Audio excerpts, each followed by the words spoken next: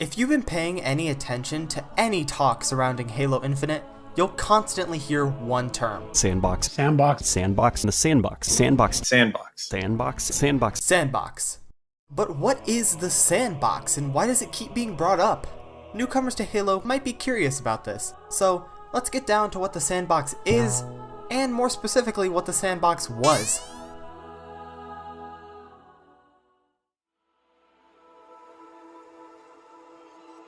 In its most basic form, the Halo sandbox boils down to every player being dropped into a map and making the most out of their surroundings.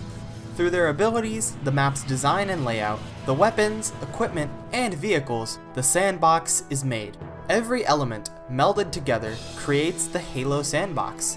The player's abilities are fairly straightforward, how players move and interact with both the map and the items at their disposal. The simple triangle of the base player arsenal is based on the guns, the grenades, and the melee. Each of these elements form the base of each combat encounter. Map design is another crucial part of the sandbox. Large rooms, narrow hallways, vantage points, etc. all should be accounted for when designing a map. Another thing is that there are some major differences between Halo and other FPS games. For instance, power weapons and vehicles. Both add to the toys available within the sandbox. Another major thing to consider is the items at the player's disposal. Weapon balancing can either make or break the game for many players. The variety of grenades also plays a large role in combat encounters. Placement of items within maps is crucial for encouraging exploration and ensuring that maps stay fresh and replayable. The weapons that each player has at their disposal right at the beginning of a match is also incredibly important for the base of the sandbox. How players interact with their abilities, the map, and their items should be at the forefront of good sandbox design.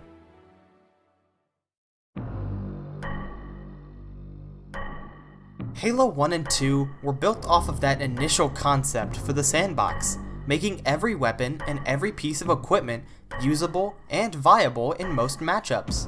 While things were off to a pretty rocky start in Halo 1, with the game not being made with multiplayer in mind, by the time Halo 2 rolled around, Bungie had nailed what Halo multiplayer should be, making changes where needed to create a more balanced but still engaging multiplayer experience. The addition of new mechanics such as dual wielding added some much needed variety in the use of smaller side weapons. The main design philosophies for multiplayer maps were also set in stone around this time, and almost every item within the sandbox complemented each other beautifully, thus cementing Halo as both a narrative-driven FPS game, but also as a competitively viable shooter, one of the first of its kind. With Halo 3's release, however, the FPS landscape was changing, and Halo needed to put up its best. Surprisingly, they kinda pulled it off. Building off of its predecessor, Halo 3 keeps everything great about Halo 2, while also showing some of its own tricks. New weapons, new grenades, some balancing changes, and the addition of deployable equipment all made Halo 3 the definitive Halo multiplayer experience, and a great showcase of what a good Halo sandbox is. Though, after the update cycle for Halo 3, the biggest divide in Halo history was about to happen.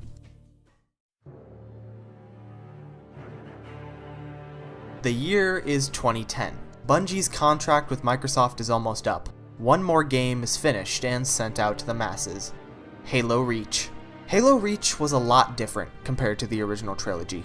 The numerous changes are quite substantial. For instance, new weapons and balances. The DMR, individual grenade launcher, and new shotgun, just to name a few. Another major change was the introduction of Bloom. In most FPS games, after you shoot, the next shots you fire will be less and less accurate. Up until this point, Halo had never had Bloom, to keep more in line with its classic FPS roots. Though, with this addition, precision-like weapons like the aforementioned DMR required players to wait between shots if they wanted to be 100% accurate. The biggest change that Halo Reach made to its sandbox was the introduction of armor abilities. The player's base abilities were now given as a choice. Armor Lock, Sprint, Active Camo, and the Jetpack all were armor abilities to choose from, and completely changed what the sandbox was. With this, many players had split opinions on which gameplay style and games were more fun to play.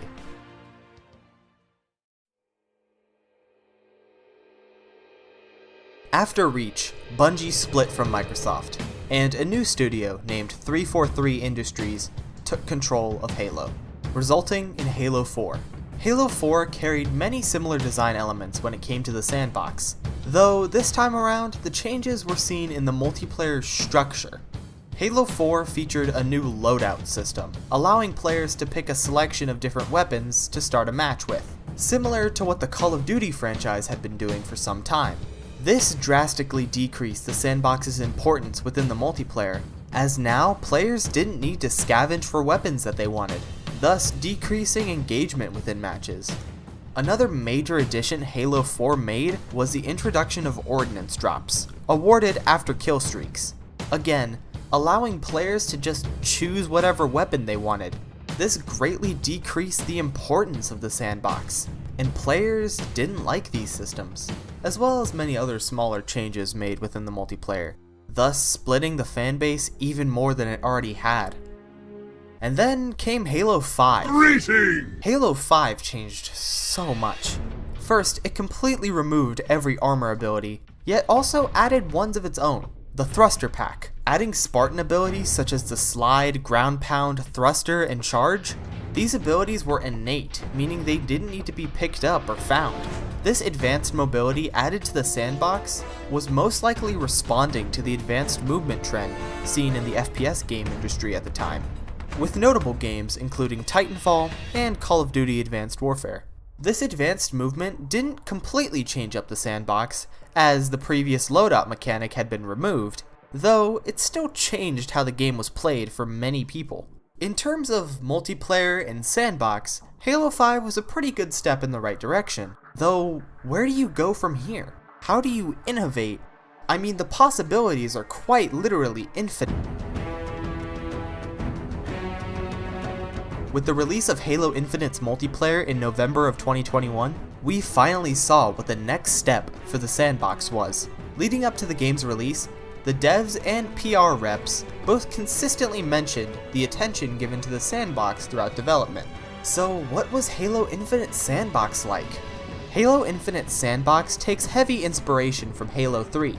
Unlike the past decade of Halo, every new addition seemed as if they were carefully designed to fit together. Taking everything that had worked previously from the past 20 years of Halo, Infinite blends things together beautifully. Weapons are back to feeling powerful on their own again. Each player starts on the same basis, assault rifle and pistol. No scavenged weapon outclasses one another. Power weapons are back to being an integral part of the experience. Equipment is more versatile than ever before without being overpowered. Grenade types play a more strategic role than ever before. Maps are uniquely designed for both casual and competitive players alike. I mean, I could go literally on and on about every single change and update that Infinite brings to the table. The attention to detail put in the multiplayer sandbox experience in Halo Infinite feels like a love letter to fans. It is the cream of the crop. Veteran Halo players find it endearing and engaging, while also allowing Halo Infinite to be the most accessible it has ever been to newcomers. Halo Infinite is the culmination of 20 years of FPS game design and philosophy, and the sandbox is the best show of it. Go check out Halo Infinite if you haven't. See you on the battlefield, Spartan.